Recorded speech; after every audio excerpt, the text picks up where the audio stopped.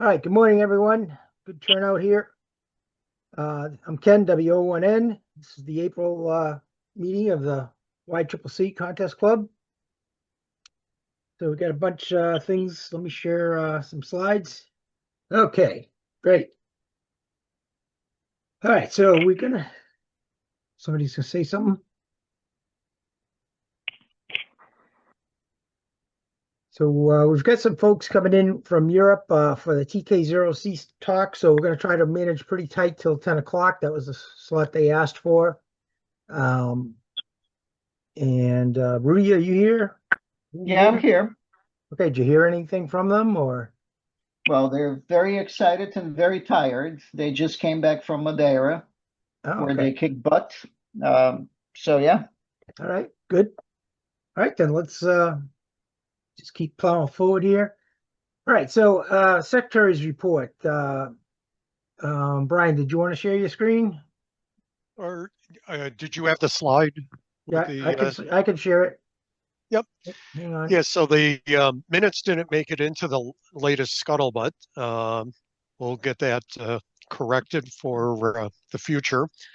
But Ken can show the minutes from the February Zoom meeting that we had. We had 54 members, and Rich yet?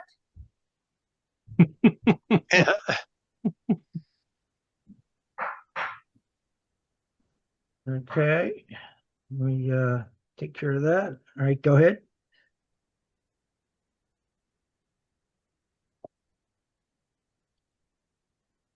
What's going on here? So the minutes are on everyone's screen that is sharing. The meeting kicked off around 9:02, and it was a long one. It went all the way to 1:13 p.m. We had a couple of new members join, and the presentations were done by Jeff W2FU of Green Herring, and Chuck W1HIS gave a talk on improving your receive signal to noise ratio. So those were the minutes of the last meeting.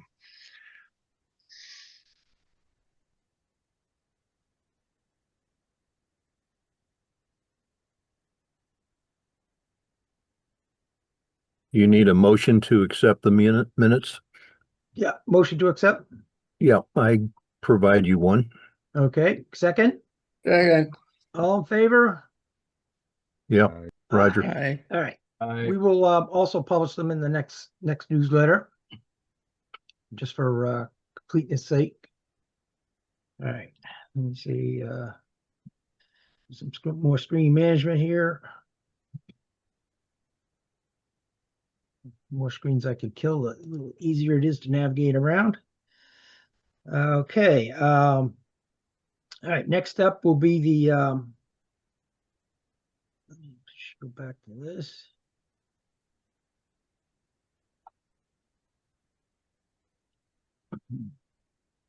All right, next up is the treasurer's report. So I had the secretary. So, all right, so just for status, Bob went and bought a house in Florida, which basically took him offline for most of January and February. And then when he came back, he brought back with him severe bronchial type problems. So he asked me to present this. So things are looking pretty good, although we haven't really got into the spend cycle on the club, which is coming up. We got a bunch of invoices pending. We just paid for some plaques, but we started off the year at $63.76. Now that compares to last year around $2,500, a little over $2,500. So thank you all for responding to the dues requests and all of those good things. You can see in the past 3 months, the dues input has slowed down a little bit, with 1,043 input, and some folks note small donations along with their dues, $47. So we put on board 1,090, and we get a monthly bill from Zoom for this channel, and you'll see the message kind of reflected in a lot of Bob's communications. PayPal is driving us freaking crazy with no consistent fees on anything we get paid for them. We don't quite understand it. We're probably going to have to call them up and try to figure this out. But PayPal fees are all over the place. But anyways, $41 in the past couple of months, just transaction fees. All right, so that leaves us Ken, with. Ken, Go ahead. Ken, yeah, Ken, it's Eric. Maybe you guys can get in touch with me. I mean, I do PayPal daily coming in for the bureau, and it's very consistent. But it's sometimes different people have a different PayPal account, and that's a variant. But it's almost consistent. I mean, it went up maybe several years ago, but it's been very steady. Mm-hmm. Yeah, we're trying to understand it. We'll put some cycles into trying to understand that. So we're sitting as of March 30th at around $7,371 split between about 2/3 sitting in PayPal and a third sitting in the bank in Newtown, Connecticut. So with that, I'll ask for a motion to accept. Right. I move. All right. Any discussion? Okay, need a second. Second on that. Okay, all in favor? Aye. Aye. Thank you. Aye. All right, that takes care of the treasurer's report. All right, so let me just talk for a few minutes. You heard me mention we had some recent bills, dunning notices for plaques that we sponsor. We've paid those. We will be paying through the early 2026 contest. We did take a hard look at some of the plaques we're sponsoring. I'd like to share this with the club, so I have to change my screen here.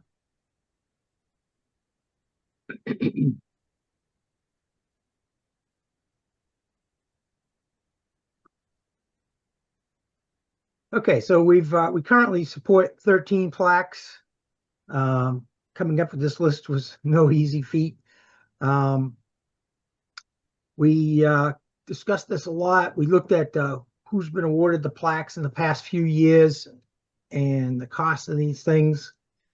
We have decided as part of our austerity measures that we felt were needed, at least through 2026, that we are going to withdraw support for some plaques. We have been in communication with the CQWPX and CQWW coordinators. We are taking care of this year's plaques, which some of them are going out right as we speak. But we are looking at dropping, you can see in the list here, the USA 7 megahertz sideband, the Asia single op all band, the South America single op all band, Africa single op all band.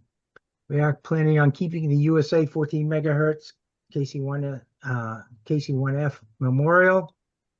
And we haven't had any discussions with the lead yet, but it looks like we'll be dropping all of the plaques we currently sponsor there. We intend to keep our sponsorship going for the 4 NEQP plaques. So it was suggested that before we let the sponsors know if there's anybody in the club that would like to sponsor these, and I will say that many individual club members support many plaques in the community, so that is really great. So there's the opportunity. Take a look at those. Reach out to me if you think you want to pick up any one of those in particular. But those are what we plan to drop for the near term, which would reduce our sponsorship down to 6 plaques. And maybe going forward, if things look better with the budget, we go look for other opportunities there. So any questions about that?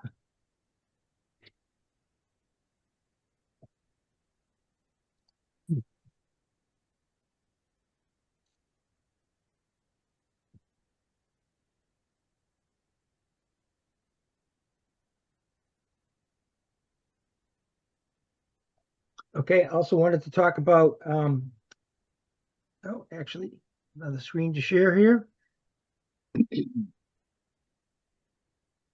All right, so there has been some expressed interest for shirts. Now, we do have a relationship with Gold Medal Ideas over the years. Now, they have a crew that comes to the Ham Exposition down in Marlboro. She sets up in the corner. And it's a smaller operation, small family operation. They used to have a nice club website page that you could go to and sort this stuff out, but they broke their website years ago and really been struggling to get it back together, but they still produce stuff. So I have placed an order for so at first she thought our logo might be too complex to embroider on the shirts. We had some discussions about just flatten it to like blue and white or something like that. But they did a test run and they said, oh yeah, we could do this. So I said, all right, looks good. Let's let me order a shirt and see how it does. I wish it was here today. I placed the order a couple of days ago, but you see the picture. Can you see the picture? Yeah, you can see the picture. I'll try to zoom in a bit. So this is that dry fit fabric. So it's very lightweight, very smooth, that you find a lot of sports shirts and stuff like that on. Although you could buy it in other types of fabrics. Landed cost for this. So it doesn't appear that she charged me any setup cost for our logo. So the landed cost with shipping and everything is around $82. So as you can imagine, everybody would be on their own, but let me get one. Let me give it test fit and a nod of approval, and I'll publish more detail on how you would go about placing an order. Looks pretty good in the picture. I was pretty excited. And like I say, you could, if you place your own order, you could go get different fabrics. You could go get different colors, et cetera, et cetera. So that's in process. I'll let everybody know. Now, if you think you like this, and we'll get you the ordering information. There is an opportunity, for example, to place the order and then like pick it up at Hamvention, for instance, if you go into Xenia, and avoid the shipping costs. Actually, the shipping costs didn't seem to be too bad, $8. But it's $8 saved. So I'll let you know how that works out, and then I'll let everybody know how you would place an order for that. Any questions? Yeah, question, Ken. Did we look from a competitive perspective? I mean, other sources. The reason I ask is my local radio club is doing this for a field day apparel, and we're seeing prices with our logo, which is similar to what we're seeing here. It comes in around $40 some odd. Okay, well, she and certainly I does guess have cheaper shirts. It depends on does the no, fabric, it's a polo.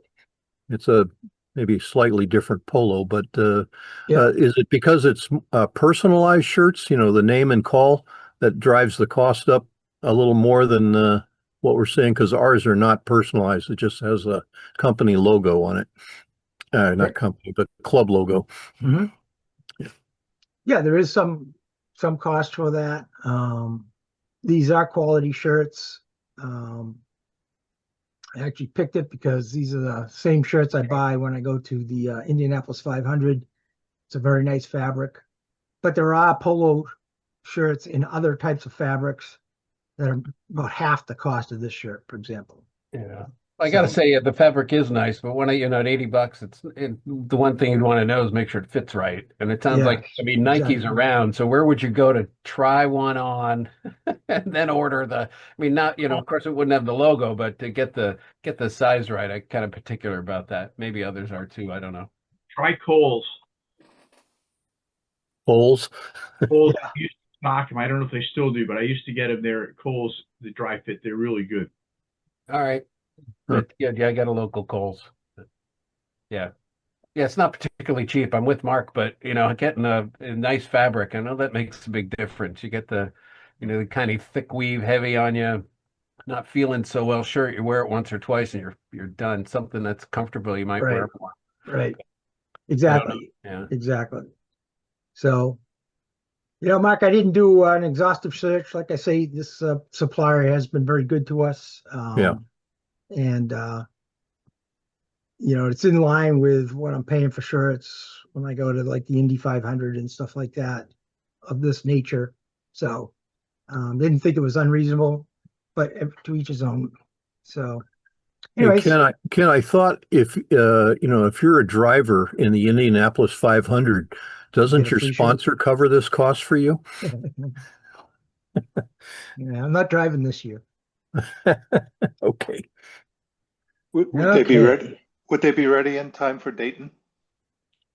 So I believe she could handle it, but that would be her call.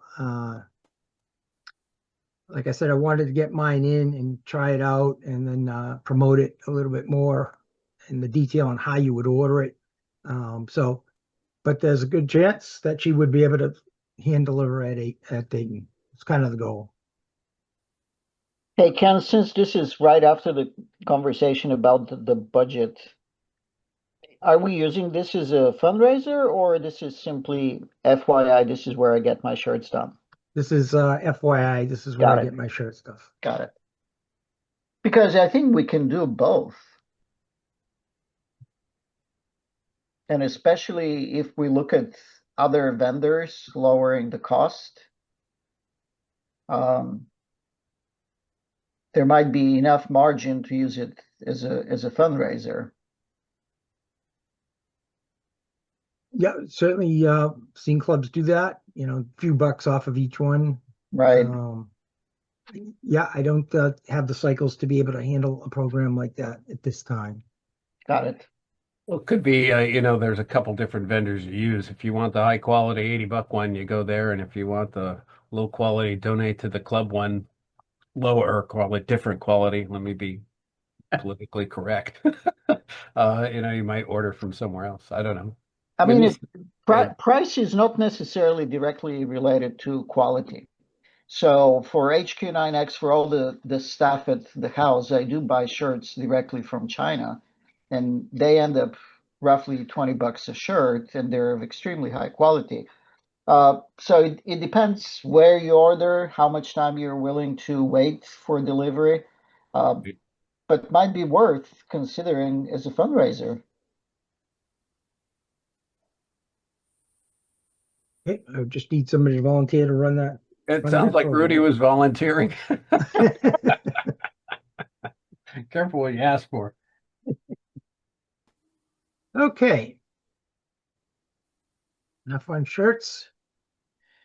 Time we got 9:23. Okay, doing good. All right, that window goes away. All right, also, I don't know if you've been poking around the website.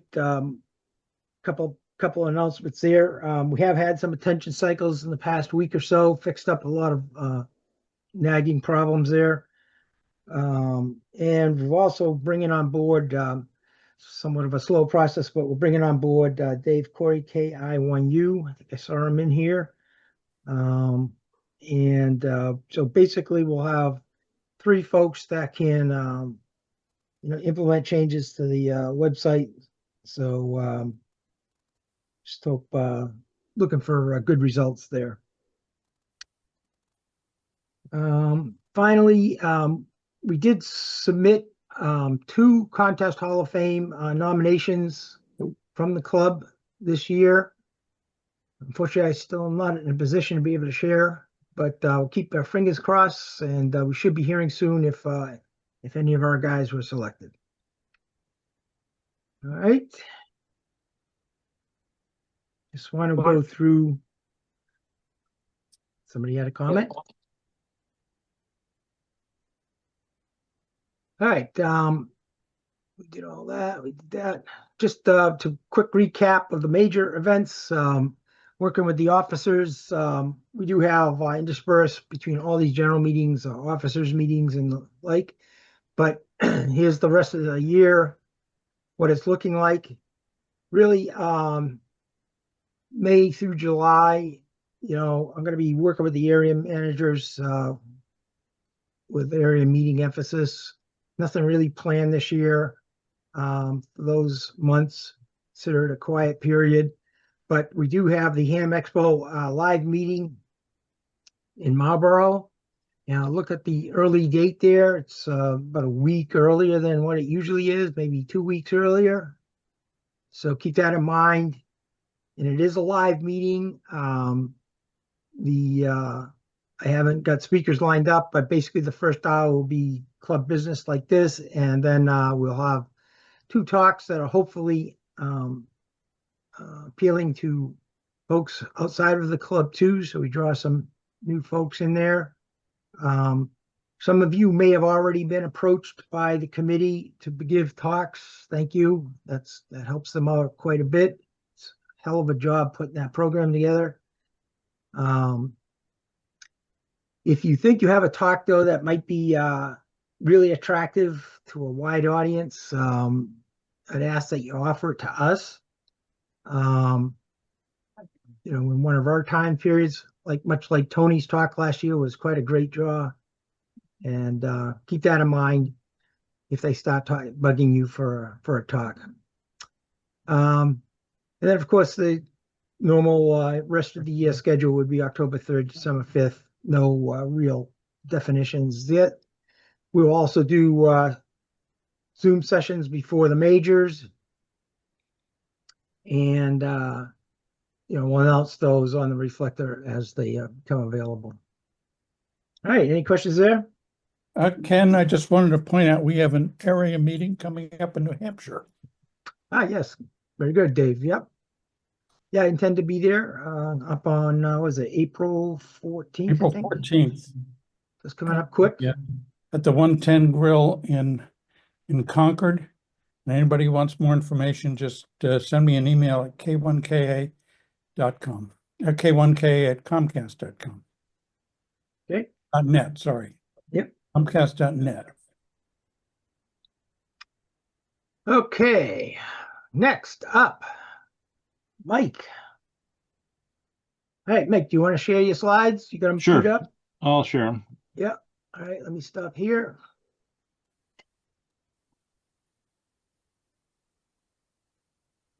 Okay, let's see. Right there. Is it sharing? I think so. Just about. Yep, here we go. Okay, I'm going to do this in 10 minutes. Keep on schedule. What I've got here is the ARL raw scores, how we did. And then every time I do this, and I've been doing this since 2023, everybody asks me, how can we compete with FRC? Well, I did a little what we call meat cleaver analysis, and I can tell you how, but it's not pretty. All right. ARL DX raw scores. Did the CW, the SSB. Basically, we got clobbered by FRC. It's not as much as they put more players on the board, but they just, as you look at the last column, we're putting out a lot more points per operator. And you can't win in those situations.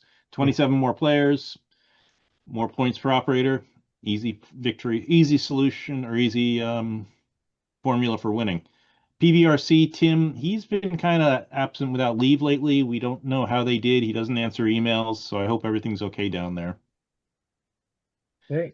If you look at these are this 3830 scores, or is this no, this is off the ARL website. Okay.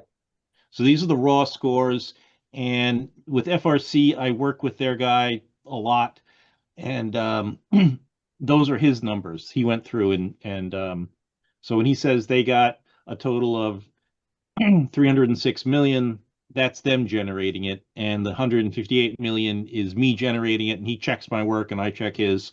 And so that's where we stand. We really fell down on the sideband contest, but we were also half of them for the CW contest also. Mm-hmm. So not a pretty picture. We both, if you look at both points by breakdown of points generated, Both FRC and YCCC are kind of doing the same thing. We both have the same amount of single op assisted. We both have the same amount of single ops unassisted, and we both have the same about multi ops. So we're both doing the same types of things.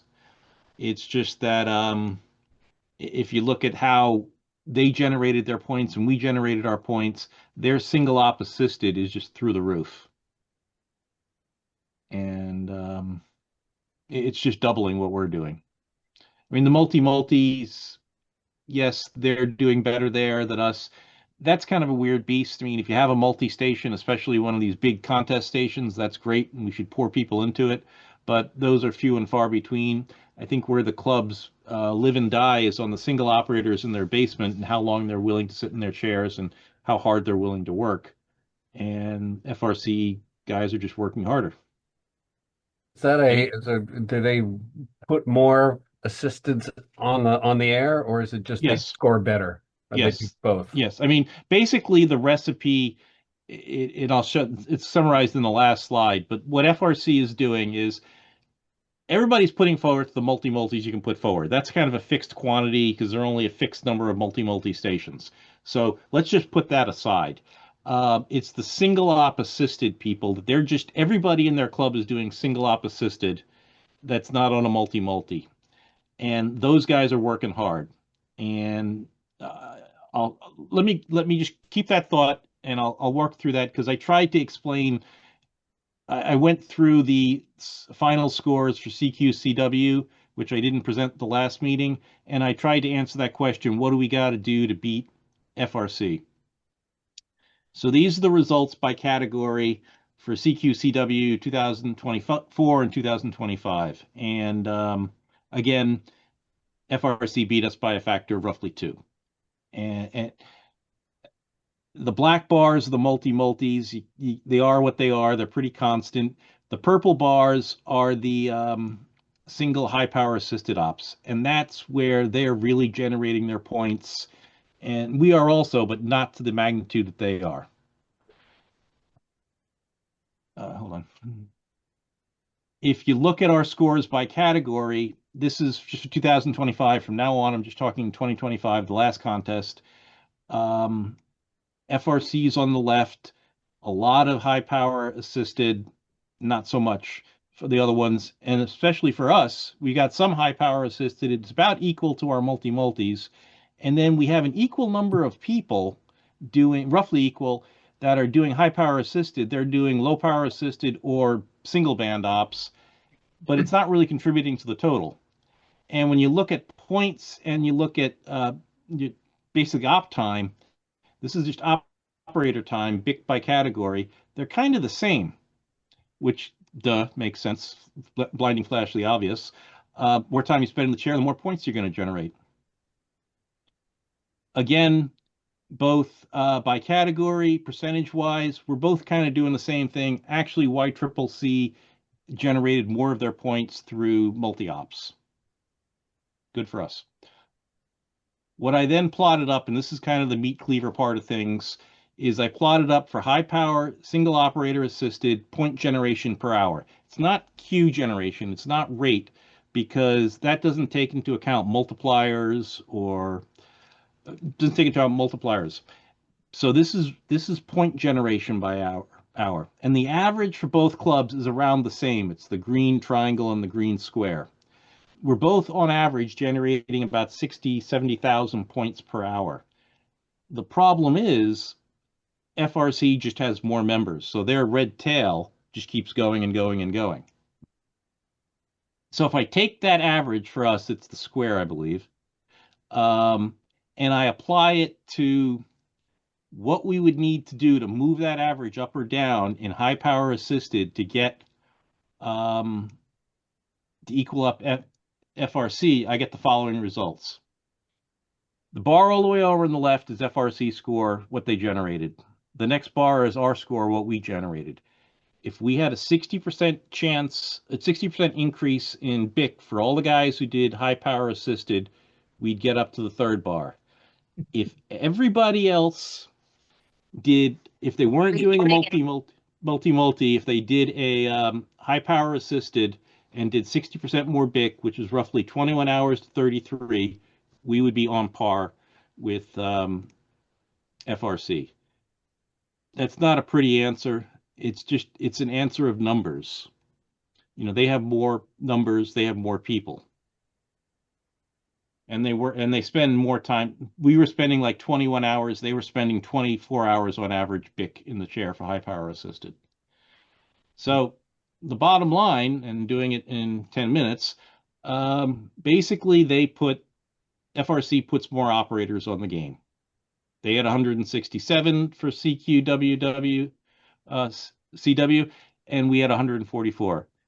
I am sure everybody remembers that expression from the Cold War. Some of you probably even came from Russia, where it came from. Quantity is a quality all upon itself. Numbers are numbers. Looking at our single operators, we had as many single operators doing single operator high power assisted as we did not doing single operator low power assisted or single operator non-assisted or single bands or whatever. So we had roughly the same. If we could take those guys and put them into high power assisted, then we'd start to have a chance. You need more BIC to overcome basically the membership disadvantage. They have more people, and we need to put as many stations on high power single operator assisted. I didn't look at the multis very much, or the multi-op stations. Perhaps a lot more multi-1 stations would be a lot more efficient way to generate points. It's really hard to assess. Those guys were averaging about 38 hours. The multi-op stations.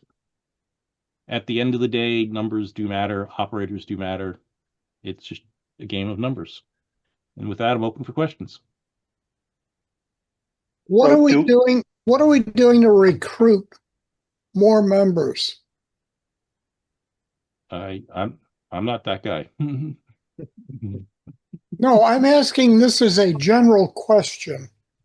What are we doing to recruit more members? If we need more members to achieve the goal of beating FRC again, what are we doing to recruit more members? All right, so a couple of grassroots programs. As I operate the contest and I hear W1s, I jot down their calls and then I reach out to them after the contest. Reached out to about 20 people this year. We did about 3 replied back that they weren't interested. That was the extent of that. We do put on members at a pretty regular pace compared to the other clubs. I think it was noticed it in my February newsletter.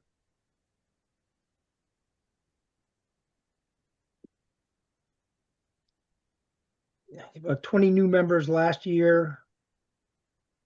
And so far this year, we've already gotten 6, a couple out here for today. But, we're probably talking about having to triple that to rebuild the club back to where it was in the early 2000s.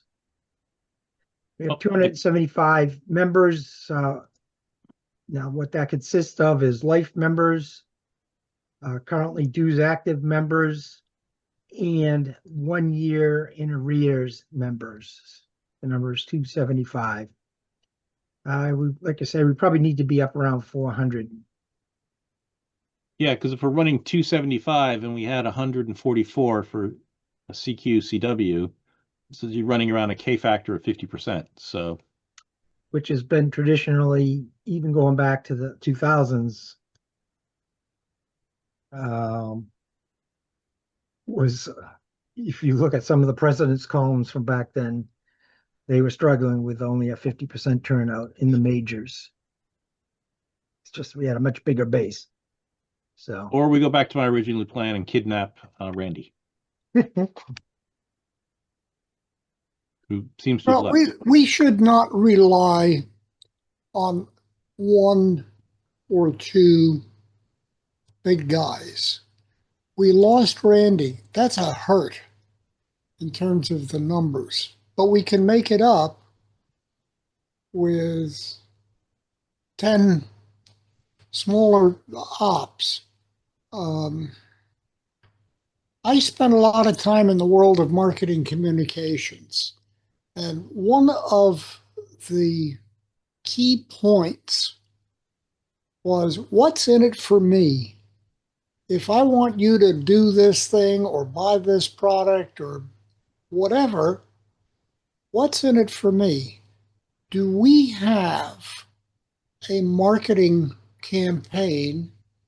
Do we have a member team to go generate and get more members? Unfortunately, I am no longer in a position to do what I used to do.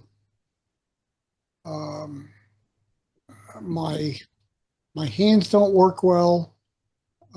My attention span is garbage. I just don't have the get up and go. It got up and went. I like that. I'm going to be 84 this year. Now, yeah, we got Andy K2LE, who's older than dirt, but age is a real hurt. And I have medical issues.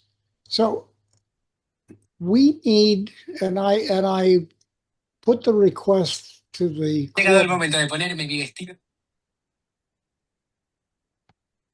I didn't hear what you said. No, that was enough. So yeah, understand, Pete. We do need more members. We're working on it. It's just not happening as fast as we all would like. Well, no, it's not a matter of speed. It's a matter of having a plan, having a schedule. Yep, some goals that always help. Yeah, and do it. For example, is anybody looking at the results and going through them, looking at New England blog submissions and picking off submissions from people who are not members and approaching them? Yep, could be done. It has Should been be done in done, the past. Ken. Yeah, it should be done. So it should be done. Okay. Not could be. We'll take that into advisement. Mike, do you have anything else to say here? No. I have one thing. I know a number of years ago at Deerfield, not at Deerfield anymore, but at Deerfield, we used to have these small sub meetings.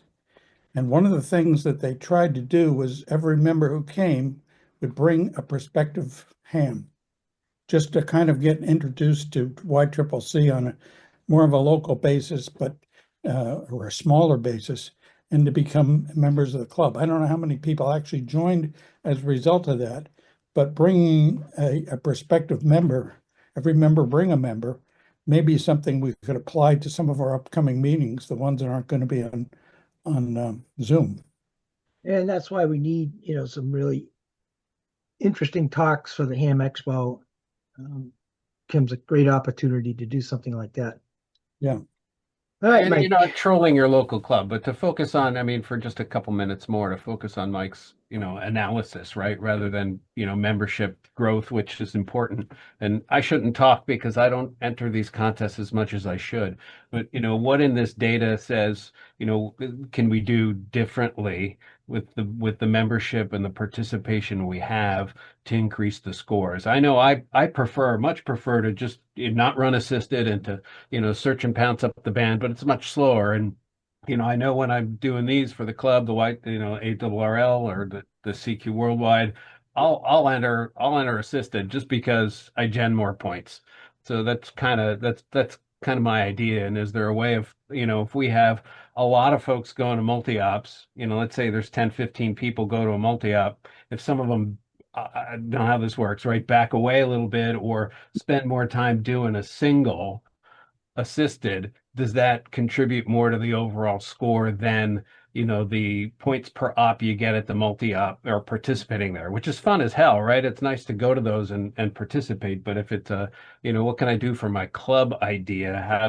How do we swizzle what Mike's data shows to maximize what we have and then also grow the club as a parallel effort? I think, I mean, like I said, I put the multi-ops aside because that's kind of hard to assess. But we have a lot of people that do single op the low power, or they just do, I'm going to do 20 meters and stick to that.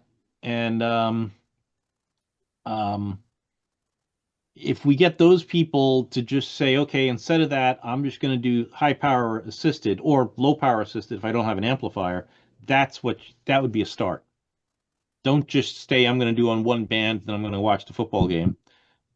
Try to do the entire contest assisted as well as you can. All right. Lots of good ideas. We got them all recorded here. All right. Next up, so Dave, you gave a quick update on your area manager. Any other area managers out here? Can I do one quick bureau announcement? Yeah. For the QSL Bureau, the league is looking for volunteers to help with the outgoing QSL Bureau. So if people are interested in stopping by Newington during the days, you can either contact me, KV1J, or Bart, KW9JJ, and it'd be to go down to the league and help just take the stacks of cards and slot them into the country slots for them. So they are looking for volunteers. The person doing it before did retire, so they're looking for help. Okay, thank you. All right, any other area managers? All right, nothing heard.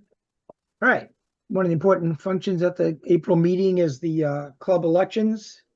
I'll take nominations from the floor for any position that you see here. Okay, I guess John just nominated himself. What position?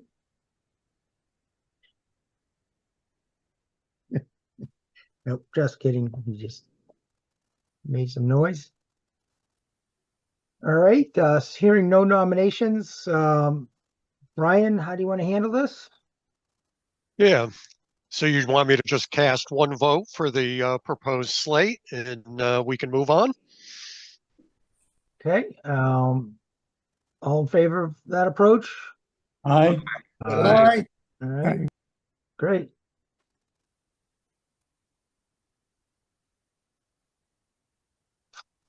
All right. Thank you, guys. I know I ask a lot of these guys, trying to drag them in on a monthly basis to focus on, the health of the club, and does put a burden on them. So really appreciate the support, and they all re-upped this year, so that's great. All right, how about new members? I saw at least one out here. Just make yourself known, and we'll introduce yourself. I think I it don't know was. if I'm the only one, but I'm here as a new member candidate, K1 right. TMS. Great. All right, we'll start with you, Greg. So I did receive a application from Greg back in February, K1 GMS. So where do you live, Greg? Sure. I am in Ware, New Hampshire, which is just a little bit west of Concord. Okay. Folks in the New Hampshire area will certainly know where Goffstown is. That's a town right under Ware. And so that's where I live. Okay. Answer your question. Yep. All right. We solving a problem with our website recently where it wasn't passing us the address, even though some of you were filling it in. All right. You indicate you're I can get you an address via email if you need it. Yeah, we look it up on QRZ and fill in the blanks. Yeah, my content there is current. So okay. Now, Why don't you tell us a little bit about your contesting experience? Well, let me start by giving you a little bit more general context. I was originally licensed in 1986, went to Extra in 1987. I'd had a lifelong interest in it since my dad brought home a Heathkit shortwave receiver in around 1972. And when I was first licensed, I was working from apartments and attic antennas and stuff. So I discovered contesting then as a fun way to make contacts with a, fairly suboptimal station. Long story short, family life, etc., came along. Let my license lapse. I got relicensed last year, and I do still enjoy contesting. I'm still on a learning curve there. If you give me a moment, let's see. I have so far this year. Let's see if I get it right. I did I did Winter Field Day. I did the North American QSO Party CW. I love CW, so I do mostly CW, but I also participate in sideband contests. I did, let's see, I participated in a lot of the weekly practice contests, the slow speed contest when I was learning, the medium speed contest where I need to practice running, CWT for high speed stuff. I did CQ WPX sideband. I did ARRL DX sideband. I did ARRL DX CW. And just this past week, what did I do? I did the CQ WW sideband contest. Yeah, WPX sideband. Yeah. WPX, Yeah. thank you. Okay, Yeah. so pretty active. So, yeah, whenever, especially, and I plan to do today, there's two state QSO parties. I'll try to work those a little bit. Especially when there's a big CW contest, I'll be on. And if there's a sideband contest, I'm not doing anything else. I'll be on. I think I had 380 contacts this past weekend with something like, I didn't time it, probably around 20 hours of BIC. Okay. Wow. And I usually do single operator on it, low power unassisted. I have wire antennas only here. I do not go QRO. I don't have an amp. And what else was I going to say about that? Oh, and I've never messed around with assisted. I just usually search and pounce. But I'm happy to learn. If you need some higher scores from running assisted, I can do that. Excellent. All right, haven't heard Greg's interesting contesting and his experience. I'll entertain a motion to accept him as a member. So move. Second, anyone? Seconded. All in favor? Yep. Aye. Excellent. Excellent. Oh, thank you, folks. All right, what will Looking forward happen to it. is club secretary will send you an onboarding document. The most important thing is get signed up on the club reflector. The details will be in there, and pay your dues. And at that point, you're a full member of the club. Welcome aboard. Yeah, and side note, Greg, I think you're invited already to the April 14th dinner. I did see that. I'm going to try and make it to that because I would love to meet some of the folks around here. I know we probably have a couple of mutual acquaintances. I'm also active in the Granite State Amateur Radio Association Club, so they'll be sorry to see my scores go away. But there's only a handful of people in the club that contest actively. Hey, Greg, where do you live? What town? I'm in Ware, so I don't know if Okay. anybody knows where Lake Horace is, but I'm right by that. So Okay, so you live close to Art K1 Bravo X-ray. He's in Ware. Oh, okay. All right. Great. All right. Excellent. Are there any other pending new members out here? I believe you. Hello, everyone. I'm Matt W1ZL, formerly KC1UBH, and I joined, I think, after CQ Worldwide CW last year, last year. And so this is the first time that I've been able to get on a meeting. Oh, okay. Yeah, we voted you in. Wait a minute. What was your original call? My original call was KC1UBH, Uniform Bravo Hotel. Okay, we actually haven't voted you in yet. Okay, great. All right, Matt, welcome. So Matt, KC1UBH, got his application way back in November. We've been trying to get him in here. Why don't you tell us a little bit more about yourself, Matt? Yeah, sure. So I started doing ham radio probably 3 years ago, I want to say. That's how long I've been licensed, but I got into contesting. I was introduced to it a couple years ago at Field Day with my club. That was kind of my first introduction to HF, really. I did Field Day the following year, CW mostly, but I really got into contesting when I did last year's ARRL sweepstakes CW. So that was a really fun contest for me. Since then, I've kind of mostly done CW contesting.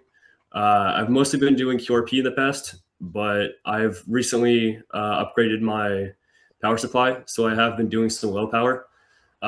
So yeah, I usually operate unassisted single op low power. And as for contests that I've done like I said, sweepstakes CW. I did CQ Worldwide CW, NAQP CW, and ARRL DX CW. So that's kind of it for me. Okay. Yeah. All right, excellent. So recent new ham that's jumped into contesting both feet, sounds like. Excellent. So what town are you in again? I am in Sudbury, Massachusetts. Oh, Sudbury. Okay, cool. All right, got a lot of members down in Sudbury. And you've just recently changed your call to W1ZL. Yep. Excellent. All right, so having heard Matt's interest in contesting and his experience, accept a motion to accept him into the club. Motion to accept. Second, okay, I heard a second. All in favor? Second. Yay. Go for it. All right. Hi. All right, Matt. We'll send you some more detail on how to get on the reflector if you're not there already, and pay your dues. Let's see. How old are you, Matt? I am 17. You're still in school, right? Yep. Okay, so dues membership dues for guys still in school is $10 a year, and upon payment you'll be a full member of the club. How's that sound? Yep. Thank you. Sure. Yeah. All right. That's Excellent. great. Welcome aboard. I appreciate it. All right. Are there any other pending new members out here? All right, 3 minutes to spare. Yeah, just to comment too, that's far from the last time I've heard somebody say they got interested in contesting through Field Day. That's how I got into it. So that's a place to troll. Cool. Nice. And congrats on the upgrade too. So good. Another commitment. Rudy's gone, but again, thank you so much. Okay, thank you. Bye. Thank you. Thank you. Thank you, guys. Thank you. Take care. Thank you very much. Bye-bye. Okay. Sorry, running over a little bit, but I was really soaking that up. I really enjoyed that quite a bit. All right, next up is Mark with a quick WRTC WWROF update. I guess everybody, if you don't know Mark, you should know him. Been a ham for over 60 years and YCCC member since the club beginnings. I couldn't pin down an exact date, but it goes way back. 1977. Oh, okay. So right from the start. All right. So excellent. A lot of you have used Mark in years past to help you build stations, and Mark's very active in both the Portsmouth area and, of course, the YCCC. Mark's also the U.S. representative for Momo Beans and Master at Ropes. And when in spare time, he's serving as the fundraising manager, North American fundraiser for WRTC 2026. Can you give us an update, Mark, how things are going there? And yeah, it'll be very short. I know we're running a little late here on the schedule. Basically, well, we were on track for fundraising. This is for 2026 UK. The event takes place in July. But we've had some recent changes in donation. A gentleman that was committed to providing a fair number of dollars had to drop out for some health issues and some other factors. So right now we're kind of behind the 8 ball. And I know that I know that YCCC is providing another $500 donation increment. And I know previously we've supplied $1,500 to support a tent, sponsored a tent. Right. Likewise, my local radio club, the Port City Club, we were able to come up with enough funds to provide a sponsorship for a tent as well. Wow. Which was kind of amazing. But we've done pretty well, our little club. So the short message is we could really use some more help.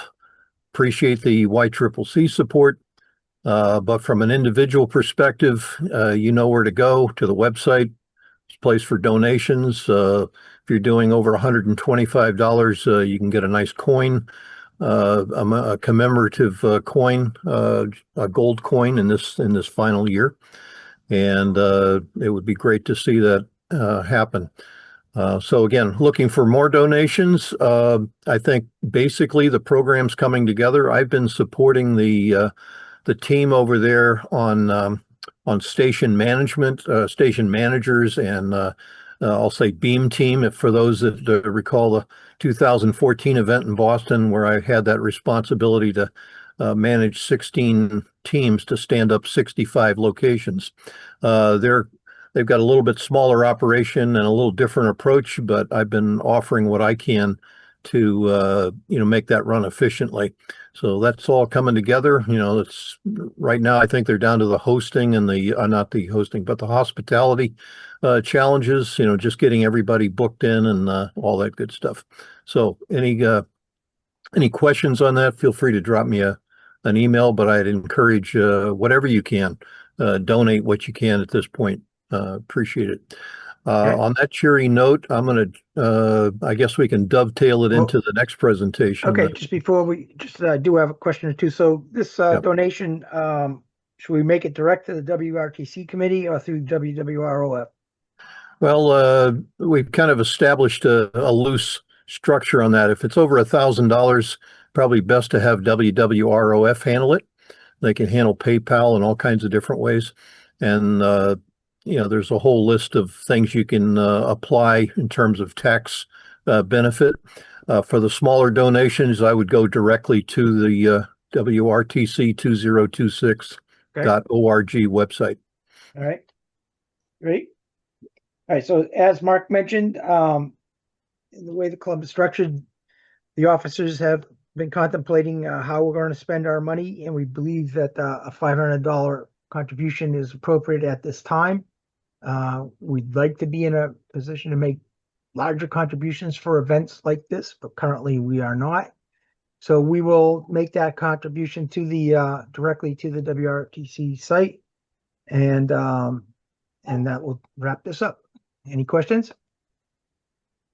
Thank you. Okay. All right. So you were going to give us an update on the RAS4? Well, actually, not me so much, but I'll say one of our leaders in our little group that we organized, got Kirby, KC1RWR, and his son, Devin, KC1SDD. They've got a prototype that's been built. They tested it over the WPX weekend up in New Brunswick. Low power application, but things seem to work rather flawlessly there. So they've got equipment they can demonstrate and show, and why don't we pass it over to them if they would? I assume they're on frequency. Yep, sure are. Okay, right, just a I'll second. stop this share, guys. Go ahead. All right, sorry, one moment. Let me get this volume turned up. Okay. Can everybody hear us okay? Yep. All right. If there's a bit of an echo there, I can actually just leave. Okay, that should be better. All right. So I am Kirby, KC1RWR. Okay, hang on. Why don't you share your screen first? Well, there's no screen share. It's just if you want to pin us on Devin's video. Let's see as the presenter. This is a live demonstration, not a slideshow. Okay. Yep. So this is like a cooking show, ham radio cooking show. So I'm Curry, KC1STD or Victor Echo 9 Fox Radio. KC1RWR, you mean? KC1RWR. This is. I am KC1STD and VE9END. All right. So we're just going to show off a little bit about this. Again, a little bit of history. Of course, MFJ no longer with us. RCS4 was a product that many of us had used. And the concept was, how can we replace that and along the way improve it, particularly for operation up to 6 meters. As well as high power applications. So thinking through that, had a chance meeting with club members from the YCCC, Misha and Alex Filipov, and then that sort of combined with some interest from Port City folks, including Mark K1RX and Tom K1TKT, and we ended up forming this group.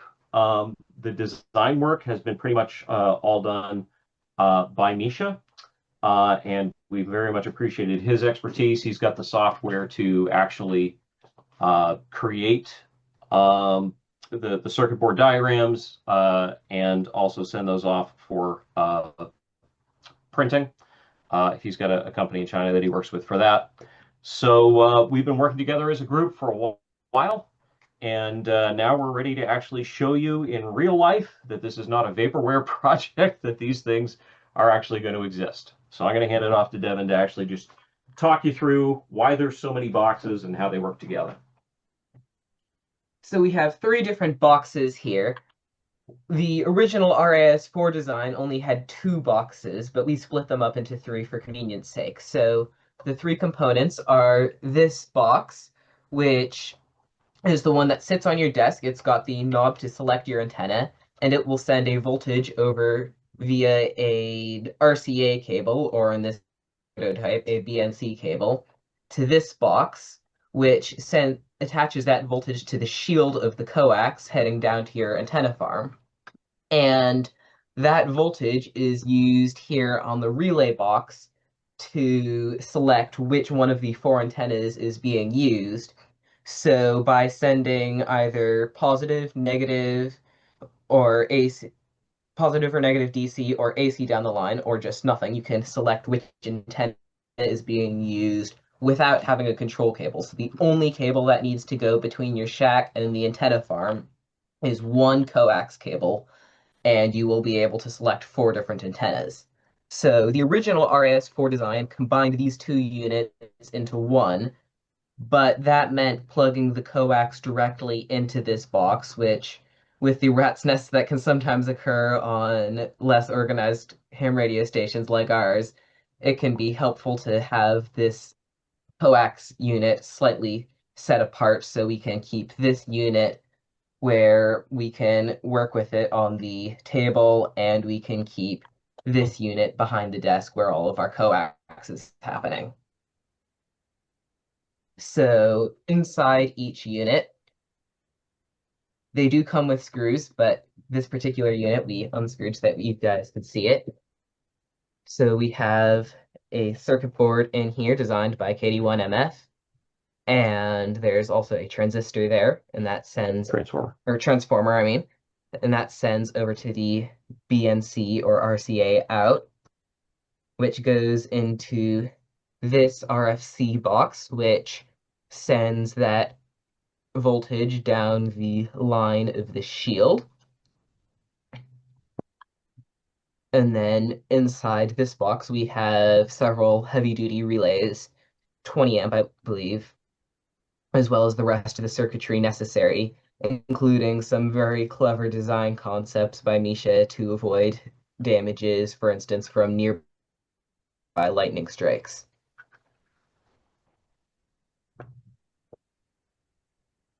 So you had a hot test of that last weekend? Yeah, talk about your experience doing WPX from New Brunswick, using that, what we had plugged into each port and how it worked.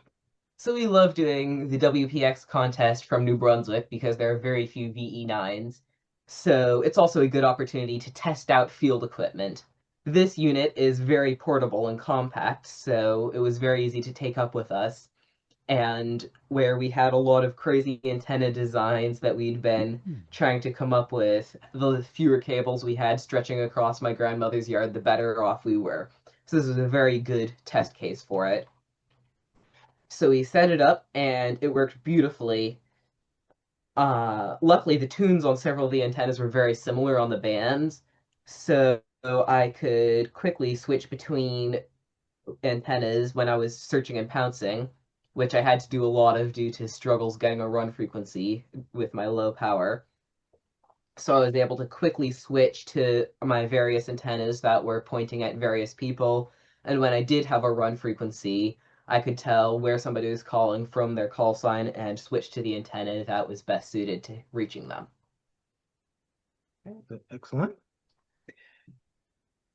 Okay. So that's basically our update. Any questions? Let me and Mark, feel free to chime in. Yeah, let me offer up a couple thoughts here. As Devin mentioned, it's now in the form of 3 boxes, where before the original RCS4 Ameritron box that was built by, subsequently built by MFJ, who's now, of course, gone silent key. We've, spread the design across 3 boxes. The control box, a rotary switch for the 4 antennas with LEDs that indicate, and of course a power switch on and off. The voltages coming out of that box, as Devin mentioned, goes via any length cable you want to where the, I'll say, voltage injector unit sits. And that is the last box that sits in your shack before it goes out to your antenna farm, which is then subsequently connected to that box that Devin's got with the single feed line and then the 4 antennas, and that's it. Mounting of this box, we haven't, or I guess we'll say we've left it open. You could come up with your own method of mounting maybe to a tower, such that the connectors are below or hanging below so they're not exposed to the weather. What's the detail on the box itself, the weatherproofing on that? Yeah, I'm forgetting, Mark, the spec on it, but it is. It was like an EIA standard, or I forget what the there outdoor is a standard is. of waterproofing. I mean, you can see it's obviously a cast product, and there's your gasket material in there. So it's actually quite a bit more sealed up than the original RCS4. Mark, the RCS4 unit that I'm borrowing from you, I've noticed has had some caulking around the faceplate, the plastic faceplate, just to try to keep a little bit more moisture out of it. So this actually exceeds the standards of the original. Right. Okay. And just a couple other quick comments on the design and its capability. We've done testing to 1500 watts into a 3-to-1 SWR to, because there were issues with the blocking capacitors on the original design where they failed with some high power and, some SWR challenges. So we think we've got that one solved. We're using surface mount technology on many of the components. You do have to wind the coil. We're supplying this as a kit. So a lot of the initial 50 that we plan on doing, the boards will probably be pre-stuffed with the SMD components. So it'll be minimal additional hardware you've got to supply or not supply, but mount to the board, etc., mount to the box. I saw your question, Tom, about price. I think we haven't quite locked in a finished number on that, but we're somewhere around $200. And thus far, I think we've got about 30 people that have asked, or 30 orders for 30 units in the hopper at the moment. So I don't know, what else can I offer? Oh, we got the lightning protection. I guess we've built in as well. I'm trying to recall if there are other things, but I think we addressed a lot of the shortcomings in the original design. We increased the contact current handling capability with these relays over the original design, just to give us some headroom in the design. So I guess we're open to questions at this point or beyond what I've said. So it's going to be provided mainly in a kit form then. Okay. Yeah. So does that include the cabinets and stuff? Yes, it does. The boxes? Yeah. Yeah, the only thing that you potentially supply is a pair of RCA male connectors and X on, whatever the length is that you need to go from the control box down to the voltage injector. Yeah. As prototype, we used a BNC, but we've got, just to keep the price down, instead of going with BNC connectors for that control voltage, we opted for just a simple RCA type connection. Okay. Any other questions? You're accepting orders. How would somebody place an order with you guys? Probably, well, in our club, in the Port City Club, we've got K1TKT who's kind of keeping the list, but I'm more than happy to be your first point of contact. And on the orders that we're working now, I guess the plan is that you would pay in advance. That would allow us to make the purchase of all the hardware. But we've already gone out, stuck our neck out, and purchased enough for up to 50 units. So at this point, we'd be looking for the final price to be delivered. We could do that by PayPal, I guess, to me.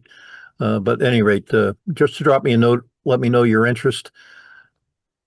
Okay. And was it Ed in when you are? You had a question. I didn't catch it. He did that in chat. He's just asking, is it possible to include the power injector basically into the control box like the old design? We never really consider that. The convenience for us, or the consideration in the design, was we wanted to get the heavy RG8 cables off the table. Yeah. If they were hanging off the back of the table somewhere, and just having a simple control line, which could be a 1/8 inch diameter cable with RCAs. That's the only weight on the table. We thought that to be a more considering a better scenario. Somebody do we need to add a weep hole? Not sure what I guess. Yeah, so with changes in air pressure, sometimes you can get moisture inside outside boxes. And so, yeah, I've seen that on other designs we've looked at, other technologies that are designed for direct mount outside, where here we are in New England, right, with Florida humidity in the summer, and then condensation of that moisture in the winter, and eventually it can build up. We would want to, of course, mount in your antenna field. My assumption, unless you have some kind of plastic box or something, is that you're going to mount this, upside down, right? Just like the MFJ box, so that your coaxial connections, or the water's being directed down. You could absolutely, if you wanted to take a little, this cast stuff is pretty easy to drill. So if you wanted to take something 30 seconds drill bit or 1/16 drill bit and put a weep hole in there, you certainly can. We haven't designed that. We wanted to leave it sealed up. Obviously, it's kind of up to yourself. Yeah, protection on the PTT line. Yeah, there is protection against hot switching built into this. And see the other question. Actually, Mark, about isolation. On this version. We've run some tests. I know KD1MF did some testing. I don't recall the numbers, but I think we can provide those. I'm guessing it's in excess of 40 dB, but I don't recall offhand the specifics. Do you remember that, Kirby, the isolation between the ports? I don't remember, but yes, it is. It was pretty dramatic. Yeah. Yeah, we can get that for you, Dave. K3ZJ. Any other questions? Excellent. Good work, guys. Okay. So we're our Port City Club is going to be doing our little project night. We'll kick off the first handful of items to be built at the end of this month. So sometime after that, I guess we could be in a position to start taking orders. Or actually, I guess now we could. So at any rate, that's the plan. Okay. Thank you, guys. Thank you so much. Looks like a fun project. All right. Thank you.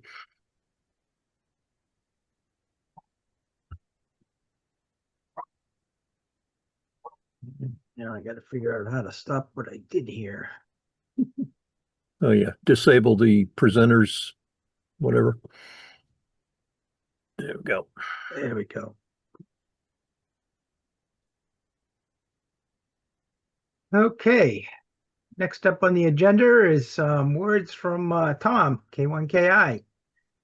We're getting near that time of season again where we got to be thinking about the New England QSO party. So, Tom, you can pick it up. Okay. I don't see me. I see a membership application. Oh, that's weird. I got the wrong screen. Hang on. Tom, would you like to join the club? I did that once. Yep. I see you now, Ken. Yep. If I talk, will you see me? No, I don't have a presentation. Okay, you're up. Look at that. Look at that. That's not new. Nope. That's the old Tom. Was that your station back in the day? I don't think so. No. I'm not sure where that is. Yeah. I don't know where I found this picture, but interesting though. Okay. Okay, I still don't have my live picture. I still see this slide. All right, we can ping you up. Yeah.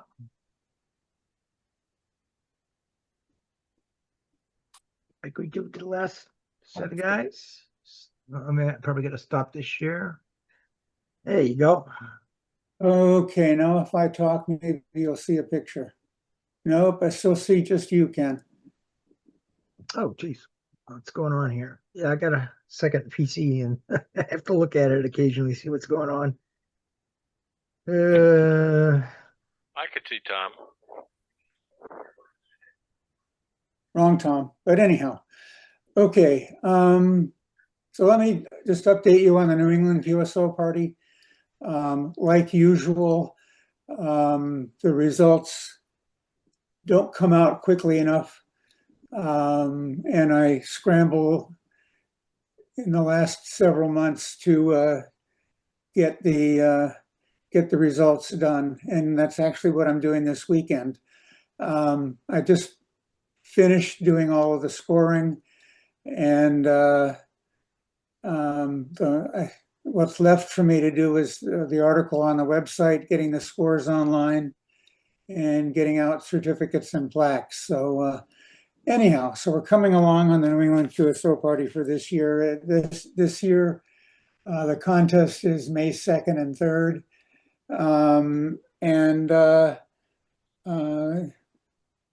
Yeah, there we go. Look at that. It's me. Okay, thanks, Ken. So contest is May 2nd and 3rd. It's basically the World Works New England, which means that if you operate from New England, you get very popular and you get some really nice runs, and people chase you around the bands. And particularly if you go mobile, people, we usually have anywhere from 8 to a dozen mobiles going through some of the more rural and smaller population counties in upstate New England. A lot of Maine, a lot of northern New Hampshire and Vermont. And there's even some hard to find counties in Massachusetts. So we usually get, at the peak of COVID, we got close to 1,000 entries. These days we're getting about 600 to 700. It's a lot of fun. This last year, I operated only sideband because my station blew up on me and I didn't have the CW part of my station working. And I had a good time. On sideband, you work a whole lot of people that are newcomers to either newcomers to ham radio or newcomers to being on the air. And basically, that's the reason the New England QSO Party was created in the first place, was just to get people on the air, get them interested in contesting and operating on HF. And it kind of comes from my history. When I was in high school, I was the guy that started the California QSO Party back when I was in high school. So been doing QSO parties off and on for a long time. The New England contest started up again in the early 2000s. It's been going about 25 years now, this version of it. There was one maybe 40 years ago, but it was quite different than the current one. In New England, we used to have QSO parties for individual states, many of them, and then they started to suffer because there just wasn't enough activity. A few have come back, like New Hampshire and Vermont, but for the most part, the New England QSO party covers them all, and it's a really nice time of year in May, because at this point, well, a month from now, the tourists won't be here yet. The roads are pretty open. You only have to worry about potholes. So I hope you all get on. The YCCC usually fields anywhere from 70 to 100 people in the contest. Many of you operate under your local club banner, which I encourage, and use it as a way to generate activity in your local club. Getting people on the air is the single best way that they stay with ham radio and enjoy it for a long time. If you don't get on the air, you really don't you don't normally stick with it after your license needs to be renewed. So getting people on the air, like the field day rules provide for a go-to station. Same idea, getting people active on the air, making QSOs. I just finished the results for this year. The top single op score was from WA1 Zulu. Bob did a really good job. Actually, the interesting thing is the low power best score was from K1 Tango Radio, who basically had the same score as WA1Z. They operated a bit differently. One operated longer than the other, and that made a difference. QRP entry top score went to W1MTT, Mike Tango Tango from Maine. Multi-single score was John W1XX with K1XA operating with him. And we had a bunch of mobiles. The biggest mobile score was from NZ1U, which was a JW1UJ operating. And we had several others operating, doing a lot of driving. Actually, the NZ1U ended up operating from 25 different counties, which is a lot of land, a lot of territory to cover in a 20-hour contest. Outside of New England, the top score actually came from Oscar Mike 2 Victor Lima. It turns out he's at just about the right difference in distance to have pretty good conditions to New England much of the day and much of the evening. So 20 and 40 meters are very busy with his activity. Low power leader was from K9CW from about 1,000 miles to the west. And the QRP score, top score came from Tom K3TW, who lives in Florida. Best multi-op score actually came from Southern California, November X-ray 6 Tango. That group often comes in first, multi-single. They do a good job. So anyhow, I'll be glad to talk more about that New England QSO party, but basic message to you is get on the air in a month, make some contacts, whether it's an hour or the whole contest. All of the activity is really appreciated. There's a lot of people from outside New England looking this way for contacts and for counties, and have fun doing it. Be glad to answer questions about the contest itself, but also be glad to take any questions you might have about what's going on with ARL itself these days. Just so you know, we're still making progress with the homeowner association effort in Congress. We've gotten some recently some good sponsors for the legislation. Up until now, it's been handled by the two congressional committees, one in the Senate and one in the House. And now they're starting to reach out to general members in Congress. So we're hopefully we'll see something happening, whether the bill gets passed on its own or it gets attached to other legislation. Those are both two possibilities.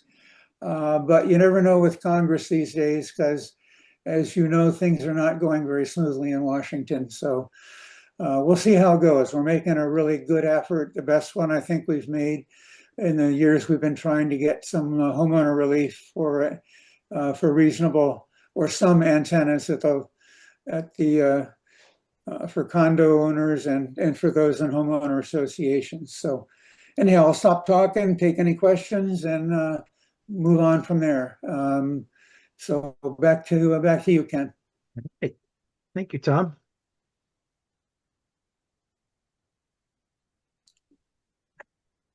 Any questions from the floor? Nope. I see Pete has his hand up. Go ahead. Yeah. Hey, Tom, has there been any updates on the Phantom 10-band DXCC award? The last I heard was the note I sent to you, which was there was a timing issue on when they were going to release it. I guess there's other things going on where they wanted to give it its own push publicity wise. I don't have an update from you, but I know the problem is, I mean, basically the board said let's do this, but we didn't ever say when it should happen, and so people have been hanging on waiting for it to happen. So I know that they're working hard to get a bunch of things done. One of the short answers is that they're looking for a number of positions to be filled in Newington. One of them is an IT person. One of them is a station manager for W1AW itself, as Joe Karsha has retired. And they're looking for a PR manager. So there's some important jobs that are open at the moment, and I know they're interviewing. I hope that comes soon, because I know a bunch of people are waiting for it. Yeah. Well, I don't quite understand what that has to do with the graphics department, but I'm sorry. Well, I as have Max commented, a lot of moving parts. Yeah, no, I Yeah. did see. I was going to say, so I mean, I did see the proof the other day for the actual plaque itself, because you don't want to have the award and no plaque to ship, and so yeah, but it's moving along, is my understanding, as Tom said. Thanks, Max. Okay. Well, Rudy? I'm already old and gray, so I'm not going to get. Not getting any younger, huh? Yeah. Pete, the longer you hang on, the longer you'll stay active. So Yeah. maybe we should extend it for 5 years. At least. Yeah. Okay. Yeah. At least. All right. Thanks, Tom. Yep. All right, Thanks, Max. Rudy had a question.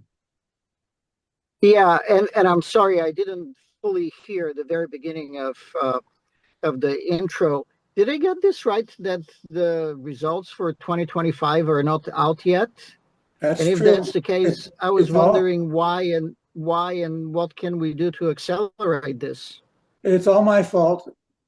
I do it myself, and I'm not good at ferrying out parts of it to do, and I like to do it myself. So one of the problems every year is that because we get so many newcomers that send in logs, we get logs in way too many formats, and I don't want to tell people the only way you can do it is from a Cabrillo file format.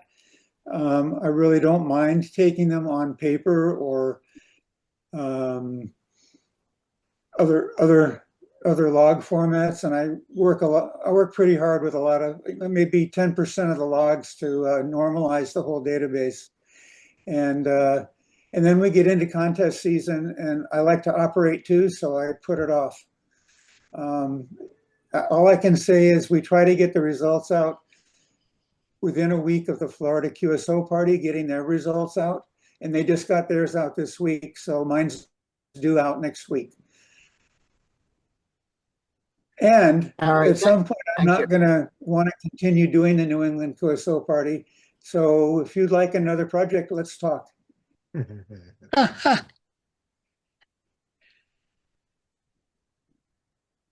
So you are looking to hand over the reins? At some point. Okay. I got too many balls in the air. I got to spend more time doing ARL things, to be honest. Okay. Very good. Okay. Thank you, Tom. Any other questions? All right. Just to wrap up, just a quick discussion about Hamvention. I will be going. Show of hands, who else might be going? See Ed, see Max.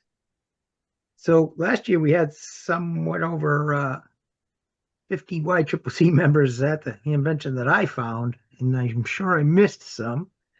I will call a area meeting after the contest dinner in the contest suite, just to gather and say hi. So look for that. Otherwise, I'll be out there arriving Wednesday, sticking around Thursday, Friday, Saturday, and heading out early Sunday morning. YCCC does sponsor the pizza party at 10 or 11 Saturday night. And so I'll be looking for some help to hand out pizza there. Unlike the other clubs, we like to step up and give the organizers a break and make sure everybody's well fed. So look forward to that, and hope to meet you out there. With that concludes the formal presentations. We can stick around for a few minutes, or we can entertain a motion to wrap it up. It's your call. 6 meters was open yesterday afternoon a little bit. I worked the 9Y4 and the PY. Yeah, some crazy conditions. Like G3 storm or something. I'd just like to recommend some of these new contesters to go to the Q5 podcast and watch a series that Mark is on for like at least 7. Have you done any more than 7, Mark? Well, there's a couple of scattered ones, but we've got episodes 1 through 7. The final 3, I think, were being published this week. I don't know. Have you actually seen them, Dave? No, I haven't. Only 7 of them. I'm working XW4KV on 15 right now. Nice. Pete, pass them to 40 meters for me, okay? Yeah, we'll do. I'd also like to welcome Max back from Bouvet. Yeah. Yeah, Excellent. nicely done. Nicely done, Nice job, Max. guys. Yeah, it was really great. I'm sure everybody's tapping you and Adrian for presentations and whatnot.